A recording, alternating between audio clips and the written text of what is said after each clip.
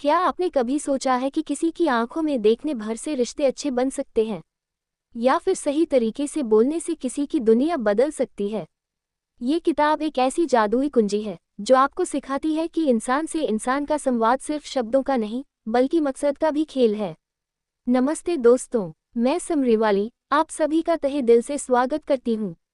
आज हम सीखेंगे लेखक डॉक्टर पॉल ए वेदरॉल की किताब इंटरपर्सनल कम्युनिकेशन, अ गोल बेस्ड अप्रोच से, जिसमें लेखक बताते हैं कि यदि आप किसी से सही तरीके से संवाद करना चाहते हैं तो सिर्फ बात करना ही नहीं, उस बात के पीछे का उद्देश्य यानी गोल समझना भी जरूरी है। इस किताब में संवाद के प्रोसेस को एक लक्ष्य आधारित दृष्टिकोण से देखने की बात की गई है। तो आइए समझते हैं इस खास सोच को और इसे अपनी जिंदगी में कैसे लागू करें। लेखक की पहली सोच, effective communication starts with A clear goal, यानी प्रभावी संवाद शुरू होता है एक स्पष्ट उद्देश्य से। मान लीजिए आप अपने बॉस से छुट्टी लेने की बात कर रहे हैं। अगर आपका उद्देश्य सिर्फ छुट्टी लेना है तो संवाद बनता ही नहीं।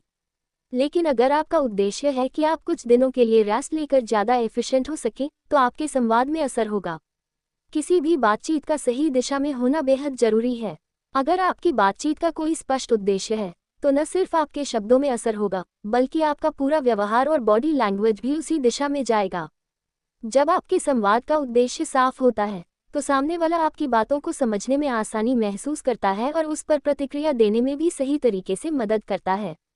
यही वो कुंजी है जो किसी भी रिश्ते को मजबूत बनाने में मदद करती है। धोनी का शांत और सटीक संवाद स्टाइल। जैसे धोनी मैच के दौरान बिना हड़बड़ी के हमेशा अपने खिलाड़ी से बस एक ठंडे दिल से बातचीत करते हैं। यही वजह है कि टीम उनका विश्वास करती है। उनका संवाद एक उद्देश्य से भरा होता है, टीम की जीत। लेखक की दूसरी सोच, understanding the goals of others enhances communication, यानी दूसरों के उद्देश्यों को समझना संवाद को बेहतर बनाता है। आप एक पार्टी में हैं और एक दोस्त लगातार गलत बातें कर रहा है। अब अगर आप सिर्फ अपना गुस्सा निकालने के बजाय उसके पीछे का उद्देश्य समझने की कोशिश करें, जैसे वह अटेंशन चाहता है या उसके पास कोई चिंता है, तो आपकी प्रतिक्रिया और बातचीत पूरी तरह से बदल जाएगी। हर इंसान के संवाद का अपना उद्देश्य होता है। अगर हम ये समझ सकें तो हम बेहतर तरीके से जवाब दे सकते हैं, जिससे सामने वाला भी समझेगा कि आप उसकी भावना को समझ रहे हैं। किसी भी रिश्ते में अगर आप सामने वाले के दृष्टिकोण और उद्देश्य को समझने की कोशिश करते हैं तो आपका संवाद अधिक असरदार होता है और रिश्ते की गुणवत्ता में सुधार होता है। दिलवाले दुल्हनिया ले जाएंगे में राज सिमरन के परिवार के उद्देश्यों को समझने की कोशिश करता है। वह सिर्फ अपने प्यार का इजहार नहीं करता, बल्कि सिमरन के परिवार की इज्जत और आदतों को भी समझने की कोशिश करता है। यही कारण है कि उसकी बातों में सच्चाई और ताकत होती है।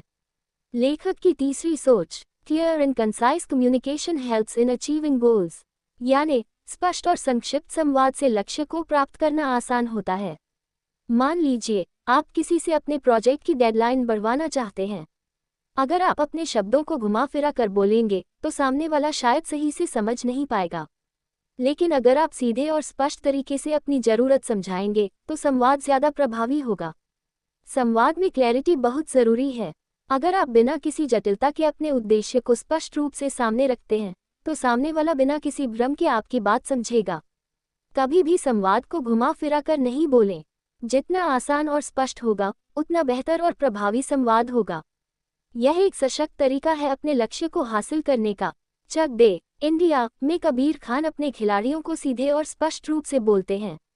उनका उद्देश्य होता है टीम की जीत और वह कभी भी अपनी बात में कोई घुमा फिरा कर नहीं बोलते, बस अपनी बात को सीधे और स्पष्ट तरीके से रखते हैं। लेखक की चौथी सोच, adapt communication style based on the context, यानी संवाद शैली को संदर्भ के आधार पर बदलना चाहिए। मान लीजिए आप किसी से मीटिंग में बात कर रहे हैं और एक आराम से बैठकर दोस्ताना संवाद चाहते हैं। वही संवाद अगर आप अपने बॉस के साथ करें तो थोड़ी अधिक औपचारिकता की आवश्यकता होती है। हर बातचीत का संदर्भ अलग होता है, इसलिए संवाद की शैली को समझकर उस संदर्भ के हिसाब से बदलना चाहिए।